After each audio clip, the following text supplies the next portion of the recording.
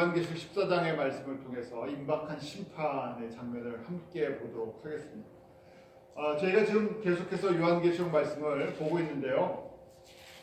우리가 11장에는 두 증인들에 대한 메시지가 나왔습니다. 환난 가운데 복음을 증거하는, 순전히 복음을 증거하는, 예수 그리스도를 증거하는 그 증인들, 결국 이 환난 가운데 핍박을 받고 순교자의 반열에 들어갈 사람들이죠.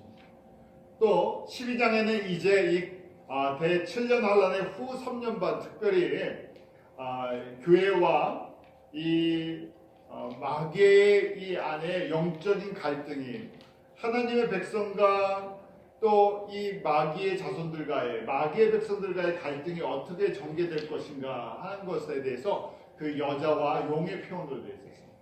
13장 지난주에 저희가 두 짐승에 대한 것을 보았죠. 두 짐승은 용인, 마귀의 하수인들로 이 땅에서 정치 지도자로, 또 그 다른 짐승 하나는 거짓 선지자로, 그래서 이 세상을 바벨론 같은 우상의 나라로 하나로 만들어서 그렇게 표를 받기 위해서 그 표를 받지 않고는 경제활동을 할 수 없는 그런 마지막 7년 환란의 마지막 부분들이 어떻게 전개될 것인가, 그렇게 보았습니다.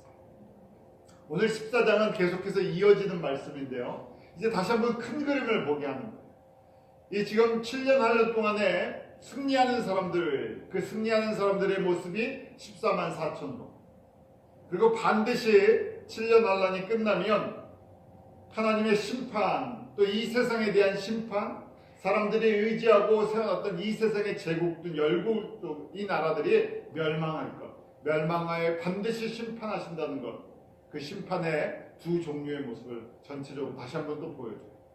15장의 이 부분을 다시 정리하고 16장에 7 대접 재앙이 있으면 이제 7년 환란이 끝나는 마지막 부분으로 갑니다.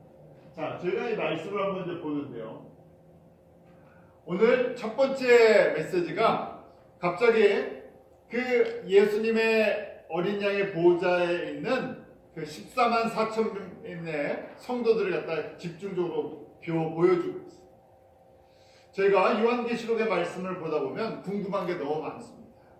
누가 도대체 짐승이냐, 누가 적그리스도가 될 것인가, 누가 거짓 선지자가 될 것인가, 이마와 그 손에 표를 받는다는데 그 짐승의 표 666은 도대체 어떤 것인가, 궁금한 것들이 많아요. 그런데 그것은 7년 환란 때의 살면요 다 아는 것들이에요. 정말 중요한 것은 이 메시지는 고난과 환난 가운데서 그 역경을 뚫고 예수 그리스도를 증거하며 살아가는 성도들에게 주신 메시지. 지금부터 2000년 전에 그 고난 가운데 있었던 성도들에게 이 세상에서 예수님 때문에 받는 핍박과 고난이 있지만 분명한 것은 예수님이 다시 오셔서 세우시는 새 하늘과 새 땅, 새 예루살렘, 영광이 우리 가운데 있고 영생이 우리 가운데 있고 영원한 기업이 우리 가운데 있는 확신을 주는 것. 마찬가지로 저희가 주님 오실 때 가까워요. 저희가 지난주에 그 두 짐승, 적그리스도와 거짓 선지자, 짐승의 표, 이런 것들을 보니까 2000년 전의 사람들은 이 메시지가 무슨 메시지일까, 정말 무슨 메시지인지 모를 수 있지만 저희는요 굉장히 피부적으로 오는 메시지. 앞으로 한 텀이나 두 텀 지나가면 우리가 알고 있는 것처럼 지금 크레딧 카드나 그다음 우리가 갖고 있는 아이디가 연결이 돼서 실제적으로 쓰이는 시간이 얼마 남지 않았어요. 한 10년, 20년 모르겠어요. 대부분 저희가 그것을 경험할 수 있는 눈앞에 지금 두고 있는 시대에 살고 있어요. 그래서 정말 관심을 가져야 될 것은 그런 시대가 옵니까 하는 것이 반드시 옵니다. 7년 환란이 분명히 오죠. 주님이 다시 오시는 분명합니다. 심판이 분명해요. 그래서 오늘 그럼 저희가 우리가 믿음의 성도들인데 우리가 관심을 가져야 될 가장 중요한 부분이 바로 오늘 본문에 나온 첫 번째 이 14만 4천. 14만 4천에 대한 설명이 1절에 나와 있죠. 예수님과 어린 양과 함께 서 있고 이마에 어린 양의 이름과 아버지의 이름을 쓴 것이 있다. 구별됐던 하나님의 성도로 구별이 되어 있는데 하나님의 백성으로 구별되어 있어. 그 일을 위해서 특별히 7년 환란 동안에 이 사람들은 남아서 복음을 증거했던. 우리 7장에 이 14만 4천이 누군지 나와 있었죠? 우리 7장 4절 한번 다시 읽어볼까요? 7장 4절입니다. 시작. 내가 입맞은 자의 수를 들으니 이스라엘 자손의 각 지파 중에서 입맞은 자들이 14만 4천이니 이스라엘 백성들 중에서 구별된 14만 4천 각 지파에 12,000명씩.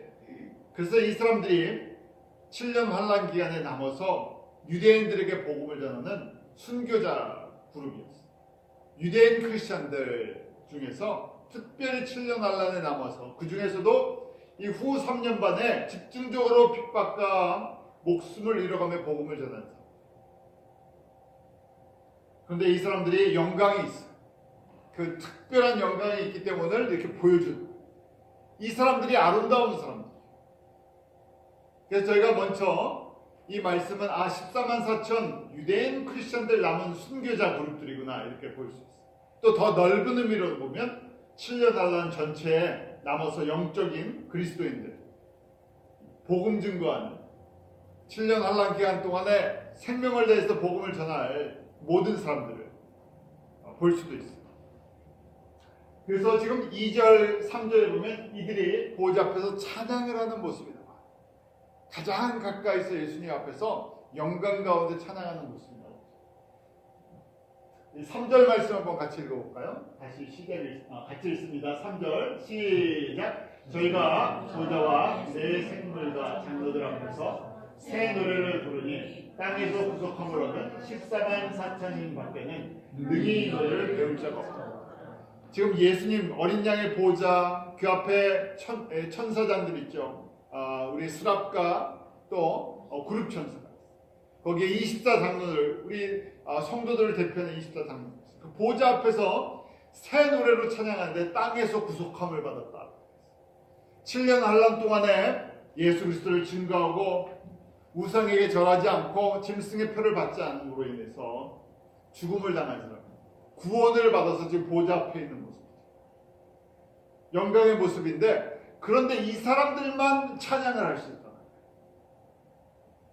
특별 성가대예요. 특별 찬양대예요. 가장 영광스러운 자리에서 찬양을 할 수 있는 특권을 갖고 있는데 이 노래는 다른 성도들이 부를 수가 없다. 그런 주님과의 깊은 교제와 관계 속에서 생명을 다해서 주님을 섬기고 부르는 자들의 순교자의 찬양입니다. 어린 양 신부들의 찬양입니다. 이렇게 생각해 보실 수 있어요. 저희가 결혼식 할 때 그 축가 같은 거 해주잖아요. 그 다음에 신랑 신부가 또 서로 또 같이 노래를 축복송을 같이 해줄 때도 있어요. 근데 그 노래는 언제만 합니까? 결혼식 때만 하는 거예요. 아무 때나 축가를 막 해주나요? 안 해주죠. 결혼식 때 결혼식에 서로 사랑을 고백하며 언약하는 시간. 마찬가지예요. 이 시간 이런 걸 한번 생각해보세요. 내가 죽도록 예수님을 위해서 순종을 했어. 특별히 7년 환란 가운데 모든 핍박을 받으면서 그러고도 이 믿음을 저버리지 않았어. 어떤 환란이 와도 죽음의 위기가 그리고 주님께서 다시 살려주셨어요. 우리 첫째 부활이죠. 그 공중에 죽었다가 살아나면서 지금 보좌의 앞에 남아있어요. 그때 부르는 찬양. 그때 부르는 수 있는 찬양. 예수님을 위해 죽기까지 순종하고 다시 부활의 몸으로 다시 주님께서 첫째 부활 살려주셔서 들림받아서 그 안에 가서 찬양을 할 때 그 감격이 다른 사람들은 부를 수가 없다. 저희가 관심이 있는 것, 저희가 정말 궁금해하는 것, 저희가 소망하는 것이 이 자리에 저희가 들어갑니다. 그런데 저희가 순교자가 될 수 있습니까? 갑자기요. 그래서 저희는 순교자보다 더 큰 은혜를 받았어요. 주님 오시기 전까지 제가 맥시멈 이 7년 환란 전까지 맥시멈 우리가 주님 앞에 순종해서 7년 환란을 우리가 겪지 않고 들림받으면 얼마나 좋겠어. 그래서 이 자리에 함께 같이 찬양하는 그런 영광을 누리면 얼마나 아름다울까. 자, 14만 4천에 지금 이 사람들이 어떤 사람들입니까? 하고 설명을 해주세요. 이게 포인트예요. 주님이 관심 있는 것은 사랑하는 나의 성도들아, 나의 교회들아, 우리 계시록 2장 3장이 편지를 받는 사람들 아니에요. 이 내용을 받는 사람들. 아시아 7교회에 있는 성도들. 내 사랑하는 성도들아, 이 자리에 들어가라는 거예요. 이 자리에. 어떤 사람이 이 자리에 들어갑니까? 우리 4절, 5절 같이 읽어볼까요? 시작. 이 사람들은 여자로 더불어 더럽히지 아니하고 정결에 있는 자라. 어린 양이 어디로 인도하든지 따라가는 자며 사랑 가운데서 구속을 받아 처음 익은 열매로 하나님과 어린 양에게 속한 자들이니 그 입에 거짓말이 없고 흠이 없는 자들. 첫째 보면 여자로 더불어 더럽히지 않고 정결에 있다. 사람들을 얘기를 하면요, 바람피지 않았다는 거예요. 음행하지 않았다. 근데 이 영적으로 예수님 외에 다른 것을 섬기고 사랑하지 않았다. 특별히 7년 환란 동안에 그 용과 김승의 우상에게 절하지도 순종하지도 않고 세상과 타협하지 않았다는 사람. 주님께서 사랑하는 신부들이, 우리 예수님이 사랑하는 신부의 조건이 첫 번째 조건이요, 가장 중요한 거죠. 신부는 누군만 사랑해야 돼요. 신랑만 사랑해요. 이렇게 생각하면 신앙생활 굉장히 단순합니다. 우리 신앙생활 잘하는 것이 무엇인가? 지금 이 말씀 속에 있어요. 예수님이 정말 관심 있어 하고 기뻐하는 사람, 어떤 사람이라고요? 신랑만 사랑하는 신부예요. 그렇잖아요. 신부의 첫째 조건이, 우리 이 세상에서도 마찬가지잖아요. 결혼할 여자가 있는데요, 신부가 있는데, 아니 신부가 남자만 보면 눈이 자꾸 움직여요. 그러면 불안해서 저희가 결혼할 수 있습니까? 같이 못 살죠. 예수님이 가장 기뻐하는 사람은요, 다른 것이 아니에요.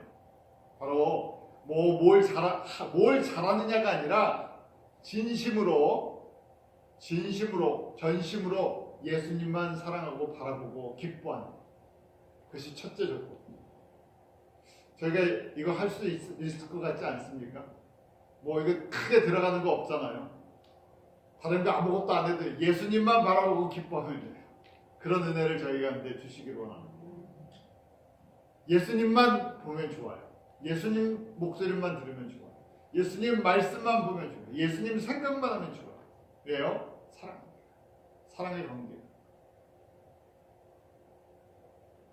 주님께서 그렇게 기다리시고 또 용서하시고 또 용서하시고 넘어지면 일으켜주시면서 원하시는 것이 있어요. 죽기까지 우리를 위해서 십자가에 죽으시면서 우리를 위해 피 흘려주시면서 원하시는 것이 있어요. 나의 사랑을 알고 나만 사랑하라. 이것도 은혜죠. 전적인 주님의 은혜입니다. 이것이 돼 있는 사람이 14만 4천 명. 이스라엘 사람이 되었던 이방인 성도가 되었던 이것을 첫째 조건입니다. 자, 두 번째는 보니까 뭐라고 되어 있습니까? 어린 양이 인도한 대로 따르는 자다. 이것도 쉬워요. 뭐예요? 내가 신랑과 신부라고 생각하십시오. 어린 양 예수님이 신랑이세요. 신랑이 너무너무 좋아요. 그러면 신부가 뭘 하기를 원합니까? 신랑이 너무너무 좋아요. 신랑 가는데 나도 따라가겠어요. 하는 얘기. 난 신랑이랑 떨어지고 싶지 않습니다. 신랑이 하는 일, 신랑이 사는 곳, 그곳에서 살고 싶습니다. 주님이 원하시는 것이 이런 거예요. 어린 양이 가는 곳이면 따라가는, 주님의 일하시는 곳에 같이 일하고 주님의 머무시는 곳에 같이 머물고 주님과 함께 한순간도 떨어지고 싶지 않아요. 저희가 미국에 그렇게 해서 많이 들어왔죠.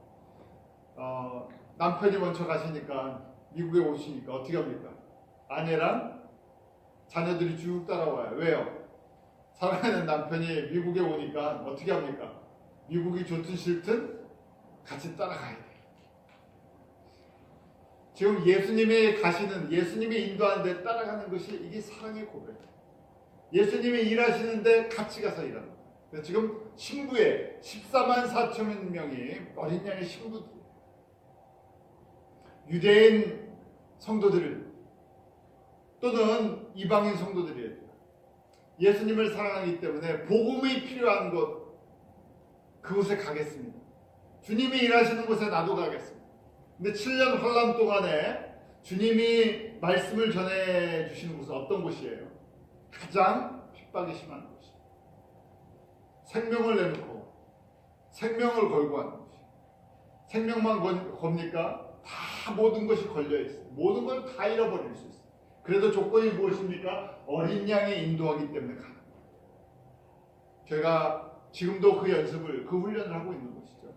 이 땅에서 저희가 교회를 섬기고 또 선교지를 섬기고 선교사님들 또 나라들 저희가 여유가 있어서 힘이 있어서 하는 것이 아니라 주님이 하시기 때문에, 주님이 기뻐하시기 때문에 하는 거예요. 주님이 없는 걸 저에게 요구하시지 않으시죠? 주님이 우리에게 있는 것을 보시고 우리가 가진 것을 가지고 쫓아오게 하십니다. 생각하지도 못하는 것들을 마련하고 준비하라고 그러시는 것이 아니라 우리의 자신을, 우리의 시간을, 우리의 물질을, 우리에게 주신 것을 드리기로 합니다. 그것이 두 번째 조건입니다. 세 번째 보니까 사람 가운데서 구속을 받아 처음 익은 열매로 드린 자다. 주님 앞에 first fruits로 드린 자들이다. 예수님께서도 이 땅에 부활의 첫 열매가 되어주셨어요. 우리를 위해 십자가에 죽으시고 희생하시고 부활의 첫 열매로 하나님의 뜻을 이루기 위해서 기꺼이 모든 것을 드리셨어요. 마찬가지 주님의 뜻을 위해서 주님 앞에 드려진 자, 기쁨으로 우리에게 주신 생명, 주님의 주인이시기 때문에 기쁨으로 우리도 부활의 소망을 가지고 주님 앞에 드립니다. 네 번째 보니까 입에 거짓말이 없고 흠이 없는 자다. 거짓말이 없다 하는 얘기는요, 거짓을 이야기하지 않는, 그 거짓이라는 것은 예수 그리스도랑 연결되어 있는 것이, 예수님에 대한 거짓말을 하지 않는다. 예수님이 창조주시고 구원자시고 우리의 생명이시고 우리의 다시 오실 영원한 왕이신데요, 그 예수님에 대해 다른 얘기를 하지 않는다. 진실한 얘기, 흠이 없다는 것은 주님이 완전히 예수님의 피로 덮임을 받은 깨끗한 세마포를 입으면서, 그래서 14만 사 주님께서 이런 사람을 찾고 계세요. 이 요한계시록의 메시지를 결국 주시는 목적은, 교회들아, 지금부터 2000년 전부터 지금까지 모든 교회들에게 아시아 7교회를 상징적으로 보여주시면서 나는 이런 내 아내를 찾는다, 이런 내 자녀들을 찾는다. 마지막 때도 주님께서 이런 사람들을 찾고 계세요. 그래서 저희도 지금 저희가 은혜의 시간이죠. 주님 은혜를 저에게 베풀어 주실 때 우리한테 이런 모습으로 주님 앞에 나가기를 사모합니다. 그러니까 주님께서 훈련하는 도구들이, 우리가 삶에 우리가 매일매일 겪는 여러 가지 문제들이나 환경들이나 조건들, 또 섬기는 것들 다 주님께서 우리를 이런 신부되게 하는, 신부 수업하는 과정이라고 생각하십시오. 지금 이 시대에 주님께서 저희를 예수님의 신부, 어린 양의 신부로 불러주셨어요. 주님께서 이런 모습을 저희에게 기대하고 계십니다. 자, 이렇고 나서 이렇게 딱 이 지금 보호자의 어린 양 앞에 있는 14만 4천 이 거룩한 성도들의 모습을 잠깐 보여준 다음에, 그 다음에 다시 새 천사가 증거하는 천사들의 증거가 있어요. 무슨 천사들이 증거하냐? 이제 이렇게 한번 영광스러운 보좌의 모습을 잠깐 보여준 다음에 이 땅에 사람들이 즐거워하며 기뻐하며 이 땅에 하나님 없이 세상의 왕국을 만들어놨는데 이 마귀 왕국이 어떻게 멸망할 것인가? 반드시 멸망한다는 거예요. 천사들이 3번에 걸쳐서 세 천체에서 증거해줘요. 첫 번째 천사가 나옵니다. 우리 6절과 7절 말씀이죠. 같이 읽겠습니다. 시작. 또 보니 다른 천사가 공중에 날아가는데 땅에 거하는 자들 곧 여러 나라와 족속과 백성과 저는 영원한 복음을 가졌더라. 그 큰 음성으로 하되 하나님을 두려워하며 그에게 영광을 돌리라. 이는 그의 심판하실 시간이 이르렀으니 하늘과 땅과 바다와 물들의 그들을 말씀을 경배하라. 이게 지금 마지막으로 넘어가는 거예요. 곧 후 3년 반 아마겟돈 전쟁과 그 다음 마귀가 붙잡히고 큰 성 바벨론, 우리가 살고 있는 이 세상이 멸망할 때가 갖고 왔다. 심판의 때가 갖고 왔으니까 창조주이며 심판주이신 예수님께 온전히 경배하라고, 이것이 복음이라는 거예요. 이것이 이 시대에 들어야 하나님의 말씀이라는 거예요. 심판이 이르렀다는 말씀에 귀 기울이라는 거예요. 근데 귀 기울이지 않죠. 많은 사람들이 이 메시지에 귀를 기울이지 않아요. 그래서 지금 천사가 또 증거해줘요. 귀 기울여야 된다, 귀 기울여야 된다. 심판의 시간이 다가왔다는 거예요.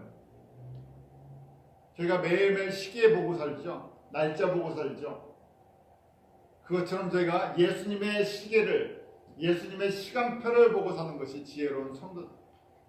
지금 천사가 다시금 워닝을 주는 거예요. 곧 임하는데 사람들이 아직도 모른다는 거예요. 눈앞에 심판이 이르렀는데도 하나님의 나라를, 하나님의 때를 보지 못한다. 그래서 지금 깨우는 거예요. 두 번째 천사가 또 이렇게 나와서 준 거예요. 우리 8절 같이 읽겠습니다. 8절 시작. 또 다른 천사 곧 둘째가 그 뒤를 따라 말하되 무너졌도다 큰 성 바벨론이여 모든 나라를 그 음행으로 인하여 진노의 포도주로 먹이는 자다. 거기 보면 두 번째 천사한테 쫓아나왔어요. 뭐라고 되어 있습니까? 무너졌도다 큰 성 바벨론이라고 그랬죠. Fallen in Babylon the Great 라고 되는데, 사람들의 세상, 이 세상이에요. 이 나라, 이 세상 시스템이 한순간에 무너지는 걸 지금 보고 선포하는 거예요. 갑자기 무너져 버리기 때문에 사람들이 이걸 예측을 하지 못한다. 천사가 지금 메시지를, 똑같은 메시지인데 이렇게 강조하는 거예요. 심판의 시계가 지금 클릭, 지금 시한폭탄 터질 준비하는 것처럼 심판의 시간이 지금 다 됐다. 그 다음 두 번째, 심판이 어떻게 임하느냐? 큰 성 바벨론이 순식간에 무너진다. 큰 성 바벨론은 다른 것이 아니라 우리가 살고 있는 이런 세상, 이 세상이에요. 짐승의 표, 돈에 의해서, 물질에 의해서 움직여지는 이 세상. 하나님 없이 사람들이 움직이는 것. 사람들이 왕이 되고, 사람들이 다스리고, 사람들이 창조주의 역할을 하는 이 세상. 하나님 없이 우리가 높아질 수 있다고 생각하는 이 세상이 한순간에 무너진다. 그리고 이렇게 천사가 이렇게 경고하고 선포한 이후에 바로 18장에 무너지는 모습을, 이 땅이 심판받는, 이 땅이 무너지는 모습, 큰 성 바벨론, 사람들이 쌓아놓은 이 시스템에 무너지는 모습을 보여주고 있습니다. 18장 2절 같이 읽어볼까요? 시작. 힘센 음성으로 외쳐보되 무너졌도다 큰 성 바벨론, 귀신의 처소와 각종 더러운 영이 모이는 곳과 각종 더럽고 가지는 새에 모이는 곳이 되었도다. 마귀들과 귀신들의 이 처소가 되어버렸다. 전 세상에 그게 무너지는 것을 보여줘요. 어떻게 무너지는가? 그러니까 8절에 하루 동안의 그 재앙들이 이르니니 하고 되어 있어요. 한순간에 하루 만에 다 무너진다는 거예요. 또 21절에 보면 힘센 천사가 큰 맷돌 같은 돌을 들어 바다에 던져가로되 큰 성 바벨론이 이같이 몹시 떨어져 결코 다시 보이지 아니하리라 해서 한순간 하나님의 심판, 하나님의 진노가 임하면서 사람들이 의지했던 이 세상이 한순간에 무너져 내립니다. 저희가 18장 공부할 때 더 자세히 볼 거예요. 이 세상에 사실은 저희가 살고 있는 지금 아주 현실적으로 보면 우리가 살고 있는 이 땅에 움직이게 하는 가장 중요한 원동력이 뭡니까? 미국을 움직이게 하는 것, 뉴욕을 움직이게 하는 것입니다. 돈이에요. 그래서 지난주 13장에 볼 때 이 세상에 움직이게 하는 그 시스템에 순종하지 않으면 살 수가 없어요. 그래서 마귀가 짐승에게 주었던 권세가 어떤 권세입니까? 매매하는 걸 다스리는 권세. 비즈니스를 다스리는 권세를 돈 움직이게 하는 권세를 그게 한순간에 무너져가는 것을 저희가 봅니다.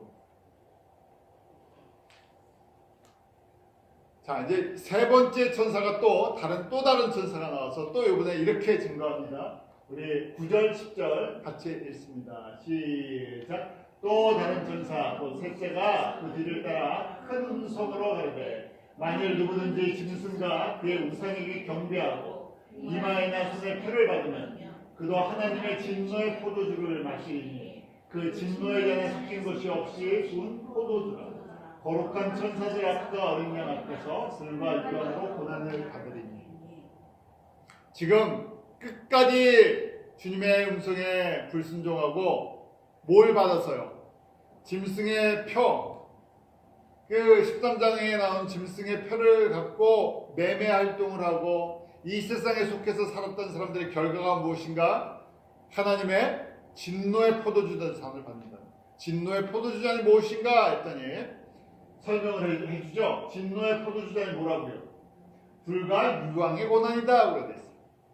심판받고 지옥 가서 영원한 고통받는다. 그런데 그것이 조금 더 감해지지 않은, 거기 보면 섞인 것이 없이 부은 포도주라 이렇게 되어 있죠. 이게 무슨 말인가 했더니 거기 보면 영어로 보면 which has been poured full strength into the cup of. 이게 full strength라는 게 뭐냐면 100%라는 얘기예요. 100%.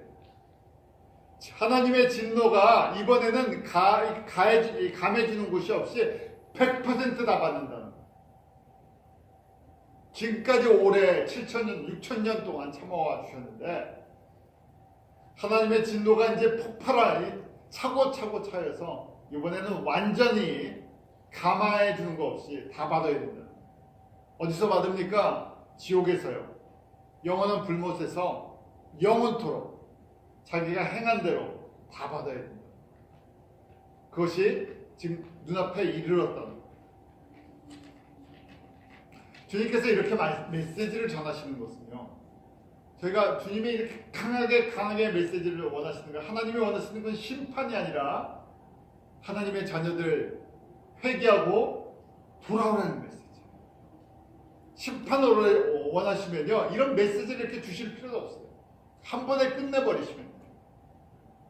그런데 주님께서 계속 저희들에게 돌아와라 구약의 선지자를 통해서도 이스라엘 백성들에게도 우상 숭배했던 사람들 저에게 본보기로 보여주셨죠. 그런데도 선지자들의 그 메시지 끝에는 회개하고 돌아오면 내가 회복시켜주겠다 그리고 예수님이 오셔서 회복의 역사가 시작.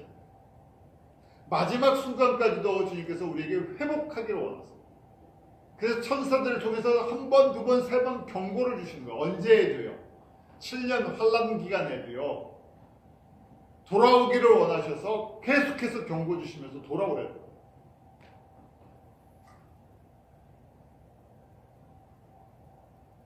왜냐하면 우리에게 돌아오지 않으면요. 영원한 불못, 완전한 죽음이 기다리고 있습니다. 육신의 죽음이 완전한 죽음이 아니에요. 우리 육신은요. 한번 옷을 벗는 것과 같아요. 사람들은 육신의 죽음에다가 초점을 맞추는데 저희는 육신의 죽음이 모든 사람이 육신의 옷을 한 번씩 벗어요. 근데 진짜 죽는 것은 영혼이 죽는 거예요. 심판받고 지옥에 가는 것이 영원한 형벌이고 영원한 죽음. 그것이 결정되면 그건 돌이킬 수가 없어. 그러기에 로마서 6장 23절 저희가 다 아는 말씀인데 한번 정리했으면 좋겠어요. 6장 23절 주님이 정하신 것이 우리 한번 같이 읽어볼까요? 시작. 죄의 삭은 사망이요 하나님의 은사는 그리스도 예수 우리 주 안에 있는 영생입니다. 예수님을 모르는 사람들, 하나님으로부터 떨어진 사람들, 하나님을 알지 못하는 것, 창조주를 알지 못하는 것 자체가 죄예요. 창조 목적을 모르는 것, 우리가 하나님의 피조물인 걸 모르고 살아가는 사람들, 마지막 7년 환란 때 하나님 없이 이 세상을 사람의 왕국으로 만들려고 했던 모든 것, 가장 죄된 것들. 그래서 죄의 삭은 정해놓으셨어요. 죄의 값은 뭐라고요? 사망이에요. 어떤 사망인가? 영원히 하나님과 관계 끊어지는 거예요. 주님이 원하시는 것, 예수님이 원하시는 것은요, 우리에게 기프트, 은혜를 주셨어요. 예수님 안에 있는 영원한 생명을 주시고, 그래서 예수님이 이 땅 가운데 오시고 십자가를 지시고 피 흘려 죽으시고 부활하셔서 우리에게 다시금 살아날 수 있는 부활의 소망을 주신 것이죠. 히브리서 9장 27절에도 한 번 죽는 것은 사람에게 정하신 것이요 그 후에는 심판이 있어요. 사람은 죽으면 반드시 심판받게 되어 있어요. 그런데 사람들이요 얼마나 미련한가 하면요, 육신의 죽음은 조금 생각을 하는데 영혼의 죽음에 대해서, 심판에 대해서 생각을 하죠. 주님께서 그렇게 말씀을 하셔도 7년 환란 때는 더더구나 이것이 더 강하다는 거예요. 예수님께서 주시는 메시지예요. 히브리서 9장 28절 우리 같이 읽어볼까요? 시작. 이와 같이 그리스도도 많은 사람의 죄를 담당하시려고 단번에 들이신 바 되셨고 구원을 이르게 하기 위하여 죄와 상관없이 자기를 바라는 자들에게 두 번째 나타나셨습니다. 하나님의 백성을 완전히 구원하고 하나님의 집으로 옮기기 위해서 어떻게 하신다고요? 다시 두 번째 오신다. 주님이 재림하시는 것은요 심판 자체가 목적이 아니라 주님의 백성들을 완전한 하나님의 나라로, 하나님의 집으로 구원하시는 과정이라는 거예요. 그렇게 제가 요한계시록을 두려워하는 것도 아니고요, 7년 환란을 무서워하는 것이 아니라 주님이 원하시는 것은 계속해서 우리 보고 회개하고 예수 그리스도를 믿고 죄 사함을 받고 심판에서 벗어나 영원한 하나님의 나라 백성 영생을 가져라. 그런데 영생만 갖는 것이 아니라 이렇게 거룩한 예수님만 사랑하는 신부들은 주님 보좌 앞에서 영원토록 주님을 섬기는 이 영광과 권세와 기업이 있다는 것이죠. 그런데 저희가 요한계시록을 통해서 보는 것처럼 마귀는 사람들을 끊임없이 유혹하고 미혹해서 주님을 사랑하고 섬기는 이 길에서 벗어나게 만듭니다. 특별히 7년 환란 마지막 부분 자기의 때가 끝이 온 것을 알고 이렇게 한다. 그래서 지금 또 경고를 주신 거예요. 이 길 따라가면 안 된다. 이 길 따라가면 안 된다. 천사들을 통해서 3번 또 경고해 주셨죠. 그리고 마지막 지금 심판의 모습을 보여주셨습니다. 추수의 모습, 마지막 추수의 모습. 두 가지 종류의 추수가 있다는 것을 알게 돼요. 첫 번째, 오늘 본문에 보니까 곡식을 추수하는 알곡 추수가 있어요. 우리 14절 15절 같이 읽습니다. 시작. 또 내가 보니 흰 구름이 있고 구름 위에 사람의 아들 같은 이가 앉았는데 그 머리에는 금별류관이 있고 손에는 귀한 낫을 가졌다. 또 다른 천사가 성전으로부터 나와 구름 위에 앉은 이를 향하여 큰 음성으로 외쳐가로되 내 낫을 휘둘러 걷으라. 거둘 때가 이르러 땅의 곡식이 다 익었습니다. 지금 예수님께서 구름 위에 보좌에 앉아 계세요. 그래서 이 한 날이 아주 날카로운 이 낫을 갖고 계십니다. 추수의 낫을 갖고 있습니다. 마지막 추수를 하십니다. 곡식을 알곡을 추수합니다. 때가 돼서 이제 마지막 추수를 지금 다 진행하세요. 7년 환란 때도 하나님이 원하시는 것은 하나님의 잃어버린 백성들이 주 앞에 돌아오는 것입니다. 추수가 목적이 있어요. 특별히 7년 환란 후 3년 반에는 유대인들, 하나님의 백성들, 구약 백성들이 돌아오는 시간이에요. 그 중에 또 이방인들도 있겠지만. 자, 이렇게 보여주시죠. 그러면서 16절을 보면 구름이 앉으시니가 낫을 땅의 헤두름에 곡식이 거두어진다. 주님께서 때가 돼서 익은 곡식들을 거두시는 장. 마태복음 13장에 보면 이 추수하는 주님께서 마지막 때 추수하는 것을 가라지 비유를 통해서 말씀해 주셨어요. 13장 30절에 둘 다 추수 때까지 함께 자락에 두어라. 추수 때 내가 추수꾼들에게 말하기를 가라지는 먼저 거두어 불사르게 닫으로 묶고 곡식은 모아 안에 곡간에 넣어라. 이렇게 말씀하셨어요. 주님께서 이 땅의 교회에 가라지야 그 다음에 곡식이 같이 있었어요. 구별이 안 되는 것처럼 같이 막 섞여 있는 것처럼 놔두게 하셨죠. 마지막 때가 되면 주님께서 구별하신다. 곡식은 잘 거두어서 주님의 곳간에 주님의 나라에 가라지는 모아서 반으로 묶어서 태워버리게 만드신다. 그래서 이것은 크게 믿지 않는 사람과 믿는 사람을 구별하신다. 또 엉터리 신앙생활하는 사람도 구별하신다. 마지막 때는 다 구별이 된다는 거예요. 그래서 지금 주님께서 때가 되니까 곡식을 다 거두세요. 그 다음 두 번째 또 거두시는 장면이 이번엔 포도송인데요. 이건 진노의 포도주. 죄인들을 심판하시는 불순종의 심판의 모습. 18절, 19절, 20절에 보면 포도송이를 모으는데요. 포도송이를 왜 모으지? 하니까 거기에 19절 천사가 낫을 땅에 휘둘러 땅의 포도를 거두어 하나님의 진노의 큰 포도주 틀에 던지네. 진노의 포도주를 짜는 틀에 집어넣네요. 그런데 진노의 하나님에 대한 불순종에 대한 심판의 모습. 그래서 이 포도주 틀에 포도를 넣고 즙을 짜는 것처럼 짜냈는데요. 그 하나님의 심판의 그 진노가 얼마큼 미치나 했던 20절에 우리 20절 같이 읽어볼까요? 시작. 성 밖에서 그 틀이 갈등이 틀에서 피가 나서 말굴레까지 나왔고 1600스타디온에 터졌다. 그 진노의 포도주가 터져서 흘러 넘치는데 마치 피가 흘리는 모습. 말 굴레까지 이 무릎까지 차고 넘치는. 그래서 그 길이가 얼마나 퍼졌습니까? 그러니까 1600 스타디온이라고 되어 있죠. 1600이 약 340km.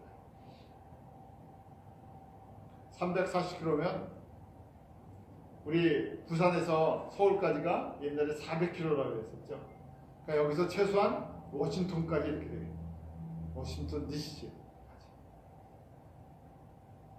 이스라엘 땅, 여러분, 이스라엘 땅 전체가 피로 넘쳐. 7년 환란 끝에 마귀가 자기의 모든 세력을 모아서 전쟁을 일으킬 텐데 그 짐승과 짐승의 표를 받은 사람들, 세상에 속해 있던 사람들, 그 피가 얼마나 하나님의 진노의 피를 흘리게 할 것인지 보게 하는 것이죠. 반드시 이렇게 하셔요. 육신의 죽음이 끝이 아니죠. 이 진노의 포도주는 다시 불과 유황의 못으로 연결이 되어 있어요. 주님께서 마지막 심판하시는 모습을 보여주셔요. 그래서 오늘 본문에 이렇게 말씀하세요. 이런 사람이 복이 있다. 이 말씀을 잘 들어라. 이런 사람이 복이 있다고 오늘 본문에 12절, 13절 결론으로 말씀해주셨습니다. 우리 12절, 13절 같이 읽겠습니다. 시작. 성도들의 인내가 여기 있나니 저희는 하나님의 계명과 예수 믿음을 지키는 중. 또 내가 들으니 하늘에서 음성이 나서 기록하라. 작은 이유로 주 안에서 죽는 자들은 복이 있도다 하시네. 성령이 가르치되 그러하다. 저희 수고를 그치고 쉬리니 이는 저희 행한 일이 따릅니다. 지금 이런 사람이 복이 있다 근데 지금 선포하는 거예요. 어떤 사람이 성도들의 인내하는 사람이요, 믿음으로 인내하는 사람들. 지금 7년 환란의 이 모습을 보는 거예요. 마지막 후 3년 가장 극심한 고통 가운데 생명을 잃을 위기에 있는 사람. 그런데 믿음이 있어요. 어떤 믿음이요? 하나님의 계명과 예수 그리스도의 믿음. 하나님을 사랑하는 자, 예수님만 제일 사랑하는 자들에게 이렇게 거룩한 신부의 영광을 주시는 것. 예수가 우리의 구원자시고 우리의 생명이시고 다시 오실 영원한 왕이시고 심판의 주라는 것. 이 믿음을 갖고 있어. 그래서 인내하는 사람들이 복이 있다. 지금도 마찬가지예요. 아직 저희는 7년 환란을 맞이하지 않았습니다. 지금도 마찬가지. 주님이 원하시는 것, 세상이 좋게 보이는 것, 세상을 따라가는 것이 아니라 예수 그리스도 때문에 기꺼이 손해보고 예수님 사랑하고 예수님이 인도하는 대로 따라 순종하고 예수님이 기뻐하는 일하고 이러한 사람들이 복이 있다.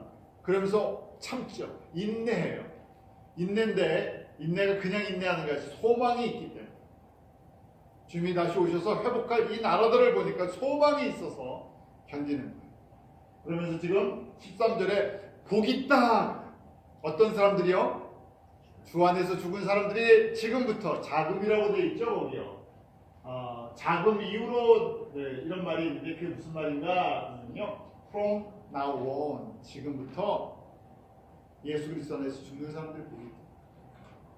마지막 아마겟돈의 전쟁을 보지 않고 죽는 사람이 더 복이 있다.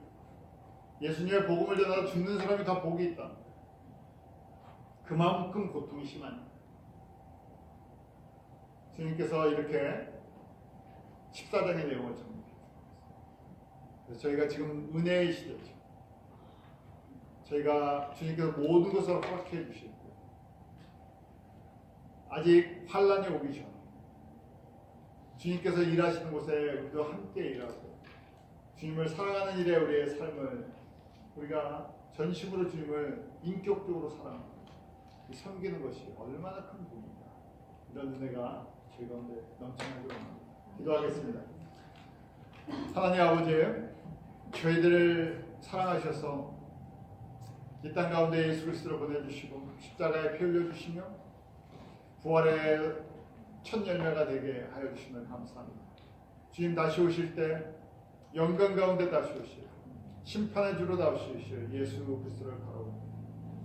주님 오실 때까지 저희가 주님만 사랑하고 주님이 가시는데 저희도 가고 주님이 행하시는 일을 저희가 기쁨으로 할 수 있는 그런 아름다운 신부들 되게 하여 주시고 저희 모든 성도들이 이 일에 기쁨으로 참여하여 하나님의 영광의 보좌에 나아가서 복을 누리게 하여 주시옵소서. 예수님의 이름으로 기도하옵나이다.